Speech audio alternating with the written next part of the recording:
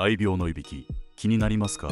今日はその原因と対処法を解説します。まず、リラックスしてる時のいびきは心配いりません。でも、常にいびきが聞こえる場合は注意。呼吸系の疾患が原因の可能性も、鼻や喉の炎症や上気道感染症も考えられます。異常を感じたらまずは獣医師に相談を。